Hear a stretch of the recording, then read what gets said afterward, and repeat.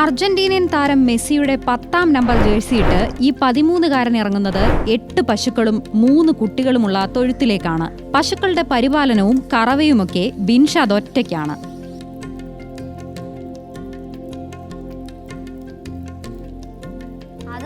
രാവിലെ നമ്മള് മദ്രസ പോയതിന്റെ ശേഷം പിന്നെ ഒന്ന് വെള്ളം കാട്ടും, പിന്നെ ഉപ്പാനൊപ്പം നിന്ന് കൊടുക്കും പശുവിനോട് ആട്ടി കൊടുക്കാൻ.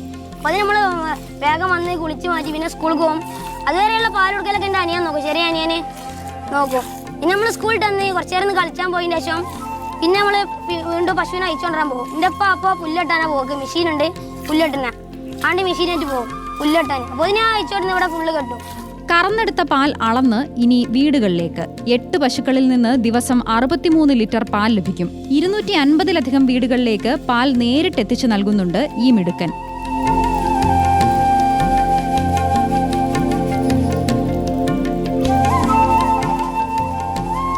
തിരിച്ചെത്തിയാൽ പുല്ലും വൈക്കോലും നൽകി പിന്നെ പരിചരണമായി.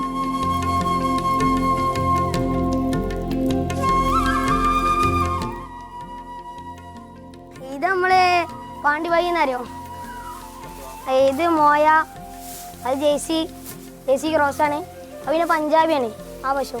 അതിൻ്റെ അപ്പുറമുള്ള HF. അങ്ങനെയാണ് ഞങ്ങൾ പുതിയ പേരൊന്നും ഞങ്ങൾ ഇട്ടിട്ടില്ല. അങ്ങനെ അതുവരെ കുത്തിയില്ല ഒരു പശു. പറഞ്ഞു കേട്ടില്ല, അങ്ങനെ നമ്മളൊന്നും കൊണ്ട് പിടിച്ചാണ്ട് ഒന്ന് നോക്കും.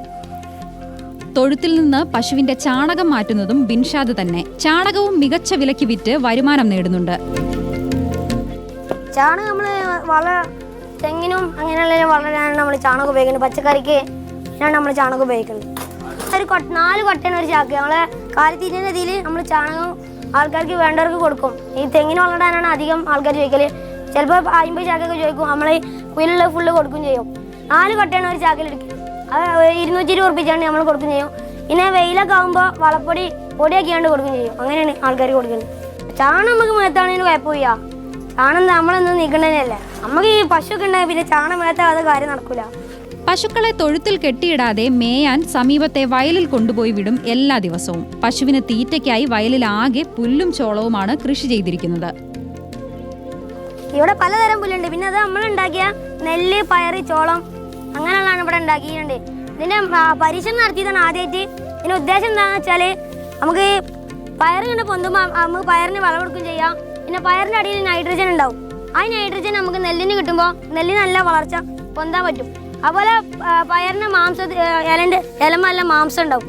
ആ മാംസം നമുക്ക് പശുവിന് കൊടുക്കും ചെയ്യാം. ഈ പയർ ലാസ്റ്റ് വളവ് കഴിഞ്ഞ് അരിയുമ്പോൾ പശുവിന് കൊടുക്കും ചെയ്യാം. അതുപോലെ നെല്ലപ്പം വേഗം പൊന്തുകയും ചെയ്യും. അതാണ് ഇതിന്റെ മെയിൻ ഉദ്ദേശം. കുട്ടിക്കാലം മുതൽ പശുവാണ് മകന്റെ ലഹരിയെന്ന് പിതാവ് സലിം. അവന് ചെറുപ്പം മുതൽ അത് കണ്ടു വളർന്നതാണ്.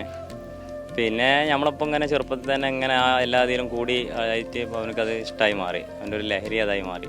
പശുവും കൃഷിയുമായിട്ട് തന്നെ പോകാൻ താല്പര്യം. അവന് ഒരു ഗ്രീൻ കളക്ടർ ആവണം എന്നാണ് അവൻ്റെ ആഗ്രഹം. പശുവും ഒപ്പം കൃഷിയും കൂടി ഒപ്പം കൊണ്ടുപോകണം, ഒരു കളക്ടറായി മാറണം എന്നാണ് അവൻ്റെ ഒരു ആഗ്രഹം. അതിന് കുറേ രൂപ അങ്ങനെ പിന്നെ പരിശ്രമിച്ചുകൊണ്ടിരിക്കുകയാണ്. ഇനി ബിൻഷാദിന്റെ ആഗ്രഹം കേൾക്കാം. അതും വളരെ വലുതാണ്. അതിനുള്ള തയ്യാറെടുപ്പിലുമാണ്.